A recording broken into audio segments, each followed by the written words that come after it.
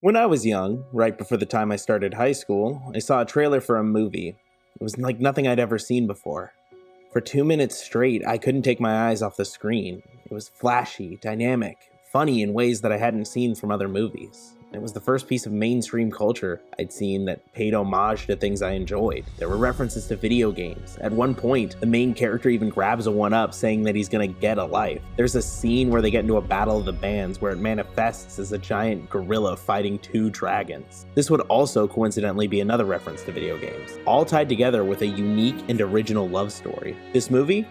Scott Pilgrim versus the World. When I had finally gotten my hands on it, it was even crazier than I could have imagined. Scott, in this battle to claim the love of his life, has to fight against 7 of her evil exes. The first guy summons a troupe of demons to sing Bollywood songs and throw fireballs. The third guy gets secret vegan powers, and Scott barely beats him by getting him in trouble with the vegan police. The visual gags are like something straight out of Roger Rabbit. When it was over, I immediately wanted more. It was almost saddening to know that there wasn't anything like it out there. The characters were so uniquely vibrant with fun personalities. This world somehow took its absurd concepts and made them mean something. In high school, I discovered the comics, and to my surprise, they told a more in-depth version of the story than the movie. There was more time to flesh out the world and characters. There were more moments and characters that I hadn't even seen before. The movie is incredibly bold for just trying to condense it all, but eventually, that ended too, and I was still left wanting more. I would revisit the series every year, rereading the comics, watching the movie again, scouring the internet for material I hadn't seen before. I even played and completed the game with all of its DLC. It seemed like Scott Pilgrim was over, and with it goes all the characters that I've become attached to. Scott,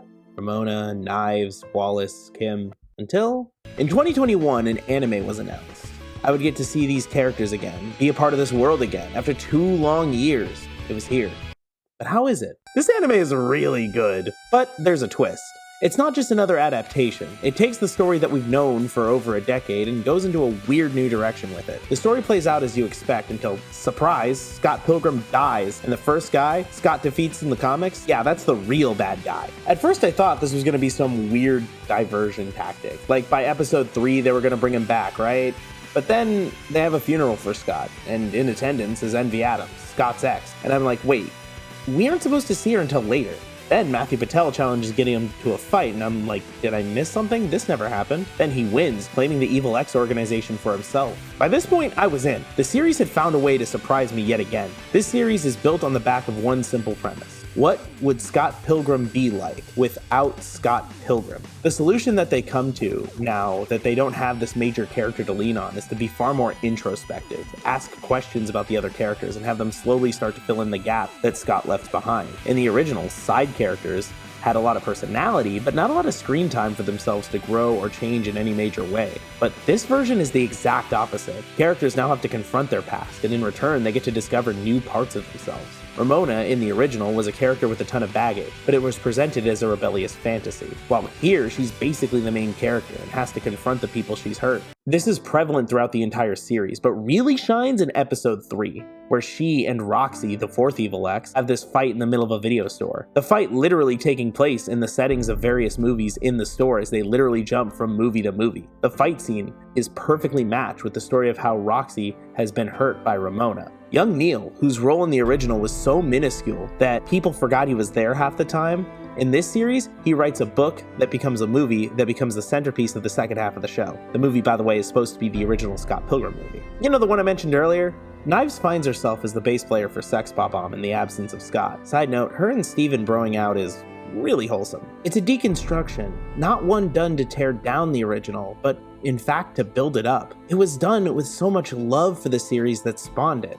Scott and Ramona both have issues, and that's how it's supposed to be, but it doesn't always serve the story that they are trying to tell. In the original, Scott Pilgrim was portrayed as this flawed hero who wants to fight for what he believes in, but in actuality, he just kind of sucks. He's dating a high schooler at the start of the series at age 23. He broke Kim's heart. He's pissed off everyone in his immediate circle, and left to his own devices, he'll just wallow in his own depression and play video games all day. Ramona doesn't really fare much better. Her list of evil exes serve as a reminder of the people she's taken advantage of over the years. It's telling that the cycle has repeated itself 7 times. Both of them are heartbreakers that have left a trail of people who they've hurt and screwed over behind. The main story ends with this happy ending of the two walking off, but do you really think that those people could ever be happy like this? That Scott just isn't evil X number 8 in waiting?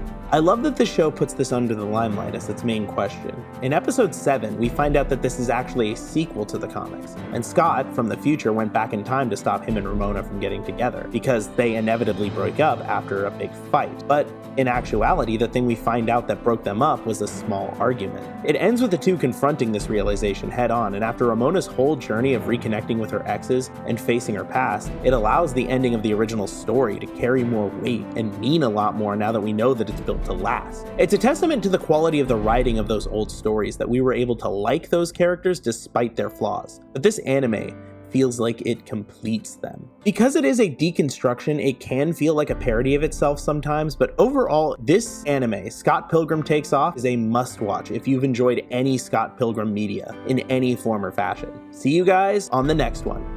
Alright, announcement time. So, for the past 6 months, I've been working with a group called Ephemeral Cube. We've been working on this game called Project Teeny Sasha's Curse. It's a puzzle platformer similar to the likes of Captain Toad Treasure Tracker, but combined with the rhythmic intensity of Cryptid the Necrodancer. The story is written by yours truly. If any of that sounds interesting to you, I've left a bunch of links in the description, all directing you to ways that you can support the project. You can follow the project on TikTok or YouTube for dev updates or fun videos of the demo. You can wishlist the game on Steam. You'll be notified when the game or demos of it release. You could follow us on Twitter and receive updates that way. I'm working with some amazing people here, great devs, wonderful artists, and phenomenal musicians. It is an extreme honor to have my talents be featured among so many of these great creators who continue to inspire me daily. So I repeat, if any of what you're seeing sounds interesting to you, please support the project. It would mean a lot to my team and I, as well as giving you something cute and fun to play. It's a win-win. See you on the next video, whatever that may be.